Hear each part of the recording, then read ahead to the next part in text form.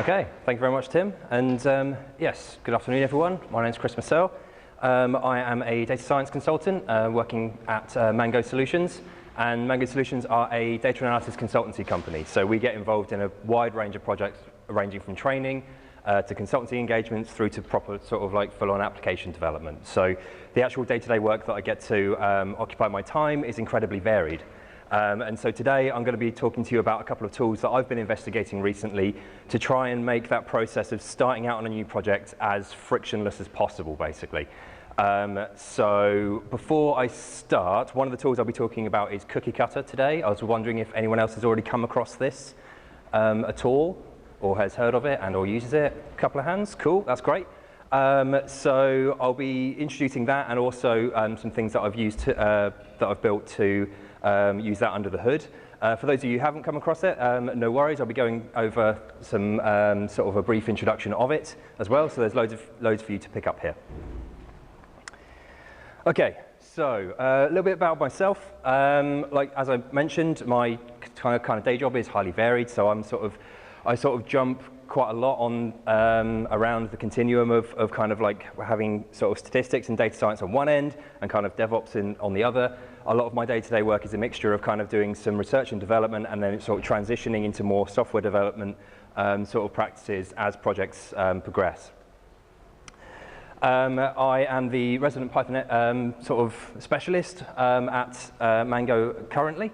And for that reason, I'm kind of here today. Also, this is my first PyCon, so very pleased to be here and very pleased to be sharing what I've kind of learnt with you here today. And also a little bit about myself. I've kind of the mindset that whenever I see something that is not quite as like efficient as it could be, I'm kind of one of those people that is much more keen to put more effort in now if it's going to save me effort over the long term. So it's kind of like I work hard now to be lazy in the future. And so I have a very low tolerance for doing anything like that involves too many manual steps. So I'll very quickly look to kind of automating a lot of the things. And so that's a lot of where I'm coming from with the topic today. Okay, so data science and data science projects. I'd say if there's anything that sort of categorizes sort of data science projects separate from maybe those that are a bit more sort of more like sort of mainstream development projects, is that you start off with a hell of a lot of unknowns, and there's a lot of avenues that you need to investigate first to try to nail down exactly what is actually possible before you start kind of building some kind of solution around it. And in doing so, there's definitely no standard way of getting from that kind of initial exploration through to kind of a working solution for the actual problem. And so with this kind of shift between kind of like very early on, we start with a lot of experimentation work, and then through to more kind of like construction-focused activities towards the end.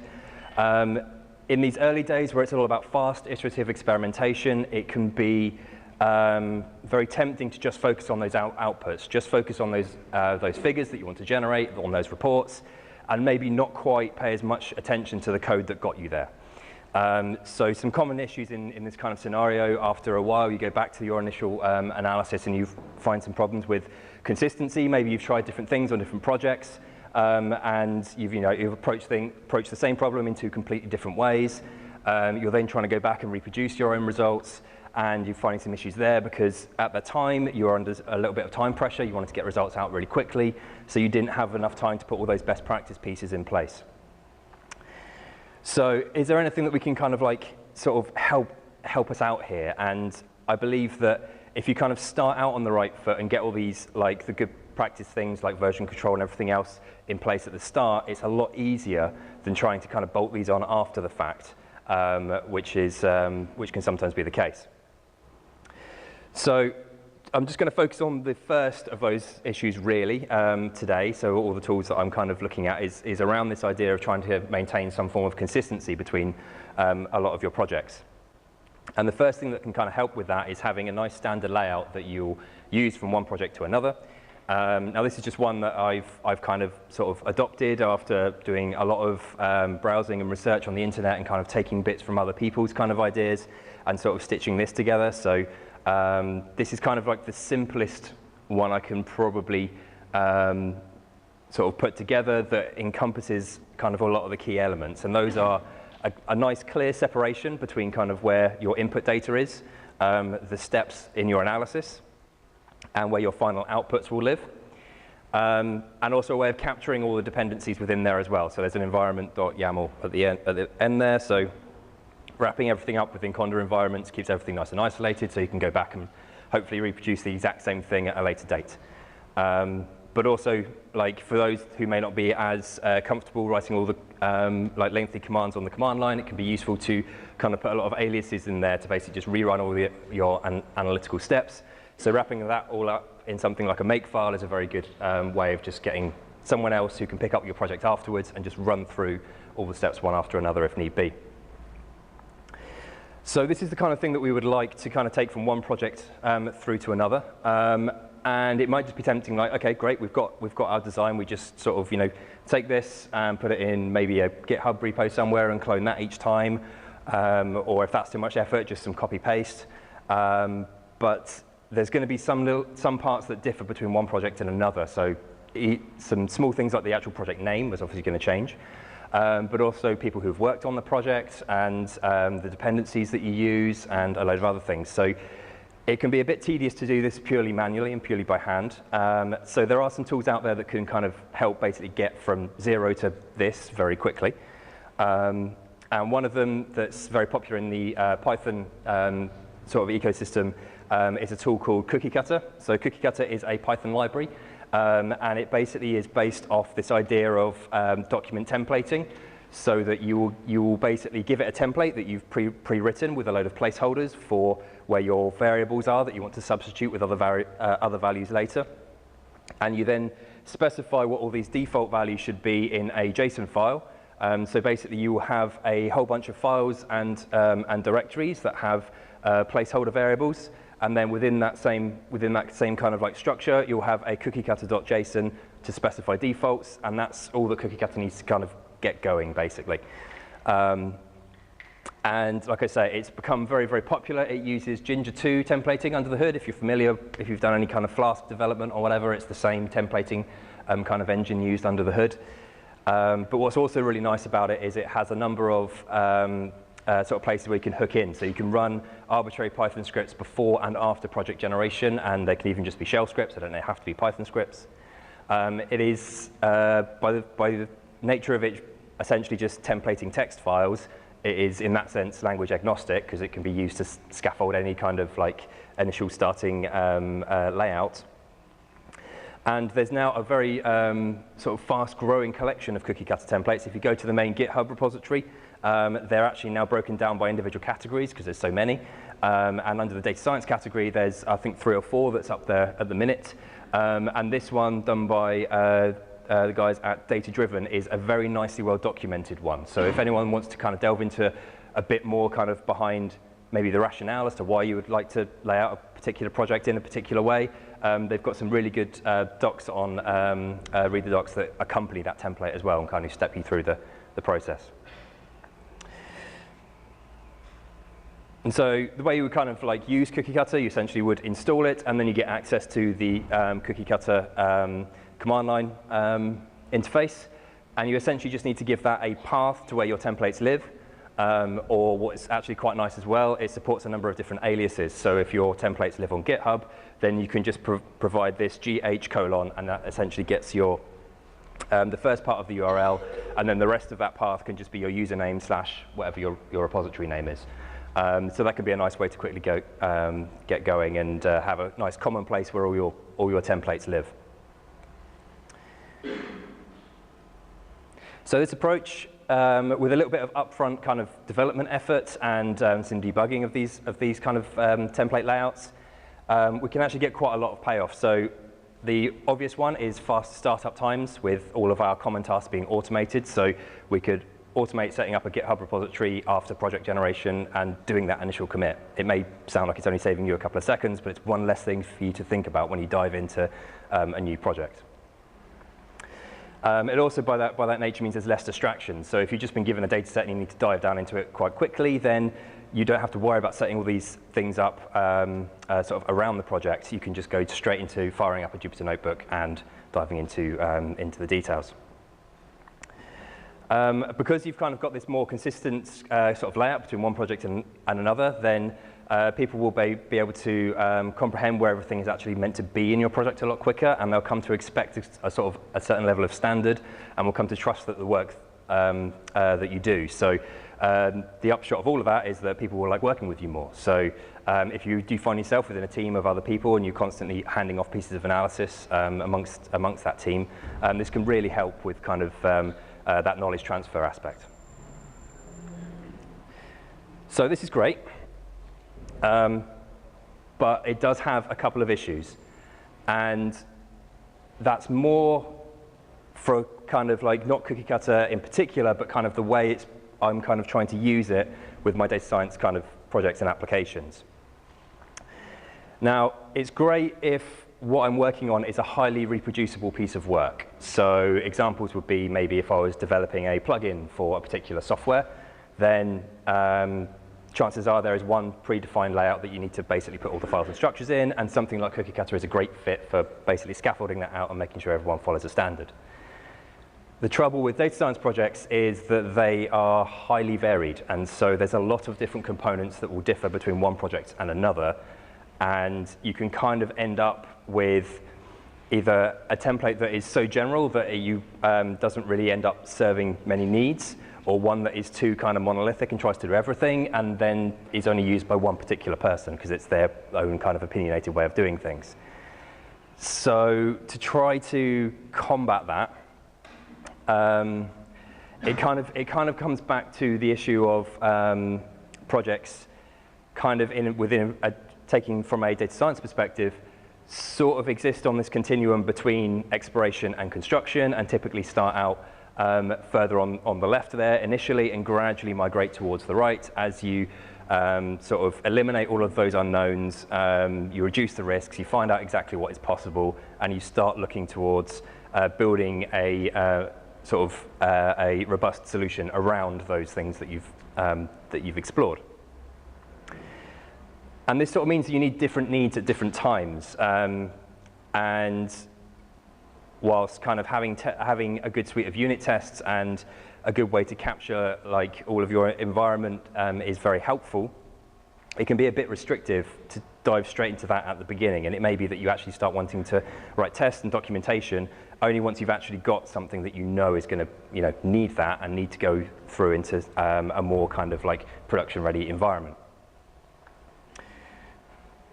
So as we kind of want to add these good building blocks in, we basically want to start adding more things to our structure. So that initial structure that I started with there was just a very quick breakdown of where your inputs are, where your outputs are, and the steps to get from one to the other. But it's plausible that actually all of those analytical steps I might want to start building up into an actual like Python package and have them reused between different analyses. I'll definitely want to write some tests at some point to make sure that everything works as it should. And documentation, and more kind of encapsulation through possibly technologies like Docker to actually give guaranteed more rigor in terms of the reproducibility of the environment. And then to kind of ease things, I might start wanting to use continuous integration to run on my tests for me so that when I check in my code, I know that everything is still working. And so on and so on. So there's all these kind of components that I will typically at some point want to add into my project during its lifetime, depending on how long that lasts. And the kind of the central issue with using a tool like CookieCutter is that, and a lot of the similar tools actually, is that they're kind of designed to just really generate your template once. So at the start of your project, you basically go in and specify, I want to use template X, and it will scaffold it all out there and be like, cool, I'm done. And then it's up to you to basically grow that project from there on in and add everything else that you need. Now, what if we had different project needs? Well, one option is just to have a whole bunch of different templates. And so we could basically have a whole collection of different templates here and go through basically maintaining them with individual changes and updating them as needed.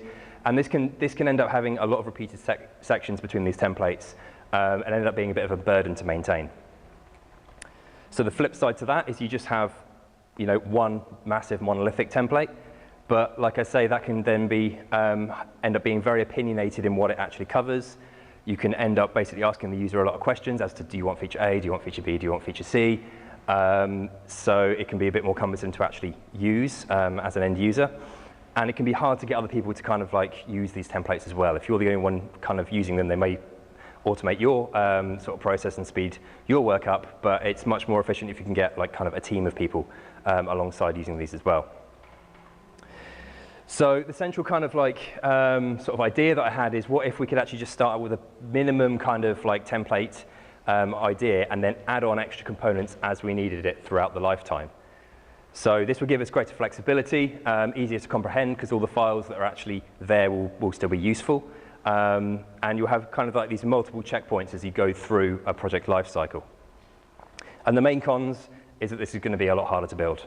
A lot more upfront development time in terms of making sure the templates would work well with each other, and a bit more complexity to manage. But fortunately, I've sort of done half of that equation for you. So I've built something which I'm just calling Masonry. It's a Python package. And it essentially consists of 4 different components. So one is a way to render each individual template layer. And for that, why reinvent the wheel? So I'm going to be using COOKIECUTTER to do the individual rendering. So it works with COOKIECUTTER templates. And there needs to be some kind of way to specify the dependencies between these different components you want to add. So there's a way of basically specifying those into a metadata JSON file. And then Masonry will work out what templates depend on what, and then add them as needed. It also needs a way to actually store the information between adding these layers in, so that users aren't prompted to enter more variables that they've already defined in previous templates. So it will store that information and check what templates have already been applied, so it knows what to apply next. And essentially, the core of it all as well is to provide a simple command line interface to be able to initialize projects in this way and add extra templates when they're needed. And in kind of taking this layered component type approach of adding one template on top of existing ones, you can imagine things will get very complicated very quickly. So in terms of what I've tried to keep, I've basically tried to keep the changes between one layer and another as simple as possible, and try to break up and modularize all the components into their own individual files where possible, or just favor appending text to existing files so that I know that nothing's going to clobber code that's already there. So I'm trying to, it does take a bit of upfront design, and that's probably been half the really valuable thing of pursuing this, is it's made me really think about how I structure my projects and whether I can break them out in this way and what works really well when you kind of then take this approach of being able to just layer them all up together and have whatever parts you want at any time. Okay, so it is now on PyPI, so you can feel free to have a little bit of experimentation with this. It is still very alpha, so expect the odd bug here or there, and I'll be very pleased to hear any feedback or comments you have. Then that would always be well appreciated. To kind of get going with the actual tool, it basically gives you these 2 commands. So you've got Mason init, and then you point it to a whole bunch of templates, and you mark one as kind of your default starting template, and it will start off with that. And then you'll be going to do a load of work, and then later on you'll be running the command Mason add, and then specifying a template layer, and it will add that extra template when as needed. Okay, so essentially what kind of Masonry template collections look like is essentially these individual directories are just COOKIECUTTER templates. So all I've done is basically encapsulated these in one parent directory and then added this metadata.json file. So that's if you're already working with COOKIECUTTER, if you've already got a collection of templates, these are the only things you need to do. Group them into one directory and then add this metadata.json. And all that specifies is what your default is going to be. In this case, it's going to start with a package template before it starts adding a PyTest template. And then the dependencies between the two. So if I specified I wanted PyTest, it needs to add package first. So just that nice kind of like easy way there of specifying what layers depend on what.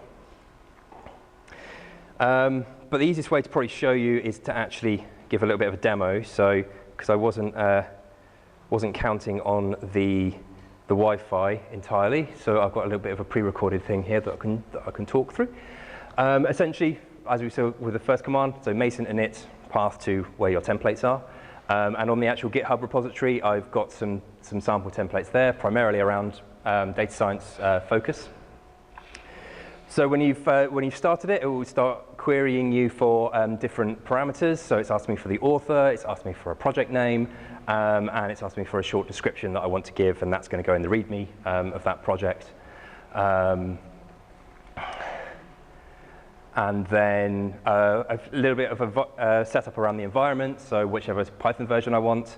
And then also, in CookieCutter, you can specify from a list, but I've basically wrapped that and put a little bit of a more sort of interactive sort of UI around it using the inquire library in Python. And so essentially what happens there, you've specified all of these things, and then a post project generation script is actually kickstarting a Conda environment for me. And that does take a while, so I will just fast forward a little bit until that is done. Save on time, there we go. So once the environment's actually created, it's then taking a snapshot for it. So I've got this frozen _ environment YAML there. And then imagine that I do a load of work. Well, first of all, let's see what it looks like. So I've now got this sort of layout of files and directories. And then at a later point, after I've done some work, I want to add something else, then I'll go in and just do a Mason add, and because it actually already knows what template I've started with, I don't have to specify any layers. If I don't want to, it will pop up with a nice little interactive sort of way of basically saying, okay, which templates do I want now? And the next logical step from this point of view is to actually add a package template, so I've selected package, and now it's only going to query me for the details it doesn't already have. So it knows what the package name is, it knows what the author name is, but it will need an author email to put into the setup.py and a package name to actually associate with the package itself. I've also got a post generation script there just to move all the scripts that were in my analysis directory into a package directory. So now I've got a folder structure that looks like that, and there's more examples later with showing like dependencies between packages and everything, but that is essentially the nuts and bolts. So the idea is that it's going to be supporting a lot of the features around CookieCutter itself, and basically just adding in a little bit of a easy UI to work with these individual like template layers. And also one thing I didn't get to show you there, but it will actually do a git commit between each layer as well. So if you accidentally add a layer and you realize you've done that by mistake, then you can always roll back to your previous positions. And one of the things that's kind of in progress at the minute is if you have a whole bunch of these different layers, you want to kind of make sure they all work well together. So I'm going to be adding a kind of a check feature that will basically go through and check all the combinations of your templates work as you've defined them in that dependencies metadata, so that just eases the development and debugging lifecycle, basically. It just makes it easier to actually develop these things to work with. But yeah, in essence, that's what I wanted to talk to you about today. So the main kind of core message really is like consistency really does help, like between one project and another, especially when you're working with a team and you regularly share that work with others. If you haven't come across CookieCutter, it is a great little tool to get started with this kind of project templating approaches. And if you come across like similar needs to myself and you realize that projects actually need different things at different times throughout their life cycle, then maybe consider if there's a better way of structuring that project and breaking it out into individual components. And then a tool like Masonry will be great to just like basically manage that complexity and add in the bits as and when you need them. And so with a bit of upfront design here, that kind of technique really does pay off. But that's me. If you'd like to find out any more, I will be at the Mango booth for the entire conference. So if you'd like to talk to me about any of this stuff or Mango as a company, we are actually recruiting at current as well. So there's also that if this isn't enough. Then, yep, feel free to come and grab me. And also my slides are up there on speaker deck as well if you need those for reference, and a couple of links there for the repositories.